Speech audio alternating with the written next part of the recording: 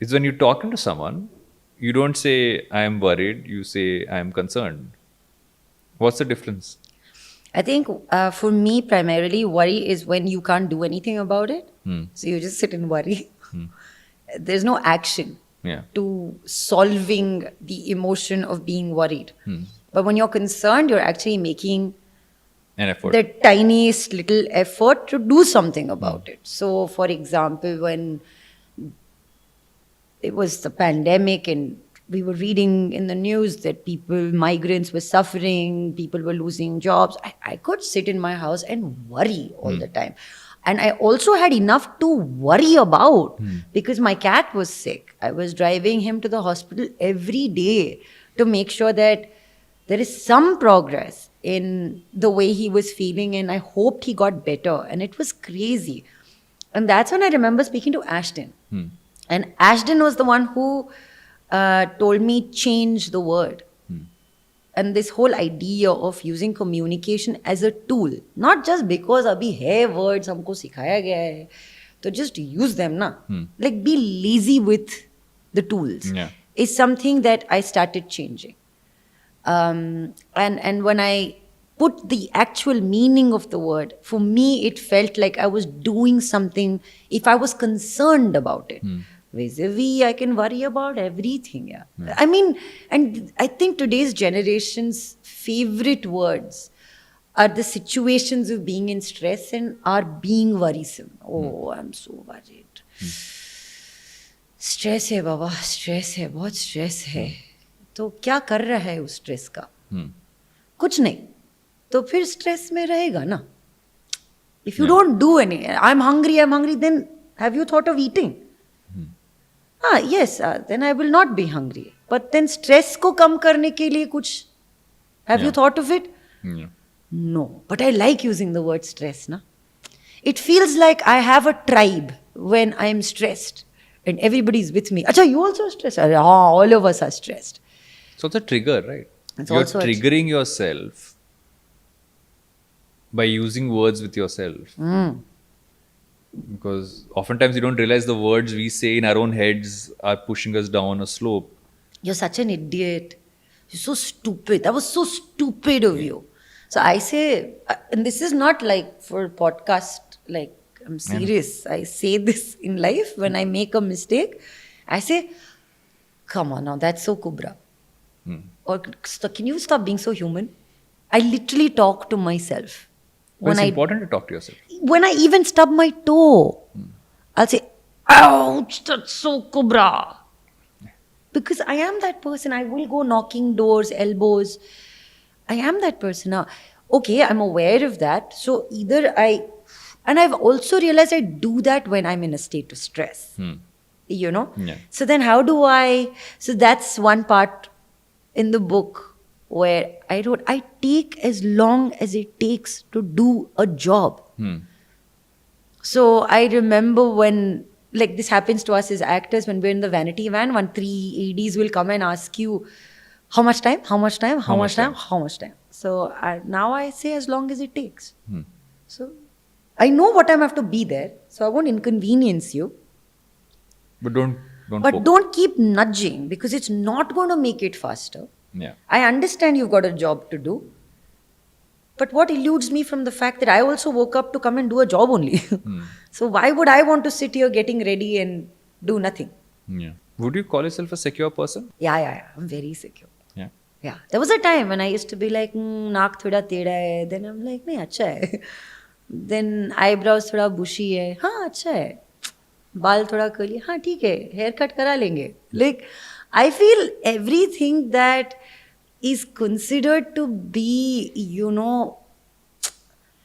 a hurdle in my mind. And for me, it's not about physical. And I've also thought about it. Is it because in my head, kaun hai ye jisne mudke Kubbra ko nahi dekha types?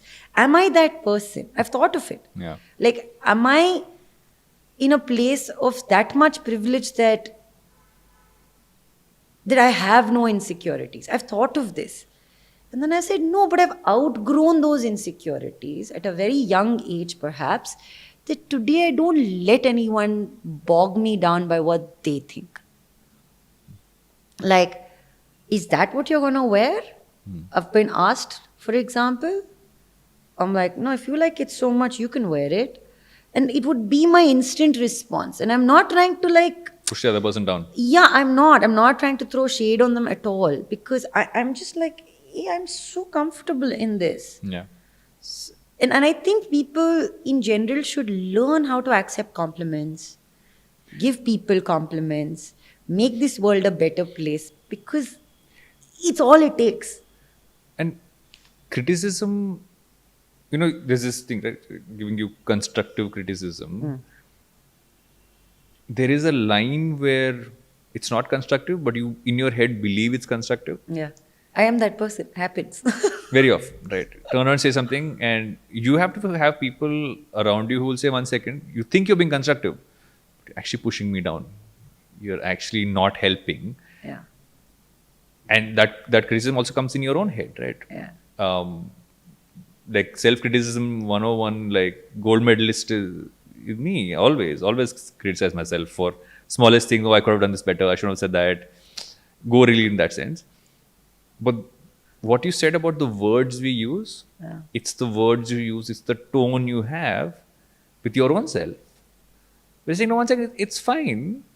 If you didn't do this the way it should be done, you can either sit here and keep thinking about that and push yourself even deeper down that hole. Or are you saying, no, what can I do about it? You can be frank and authentic and saying, okay, I made a mistake. Shouldn't have said what I said. This is what I was trying to mean and it came out wrong. Even then it might not help things. But even before that, it's about you figuring out in your head that it's not your fault. It's not, as in, it is your fault, but it's not, don't make it worse for yourself because of it. Yeah. Also, I think we tend to like look at ourselves from the lens of the other person when they're trying to criticize you. Yeah.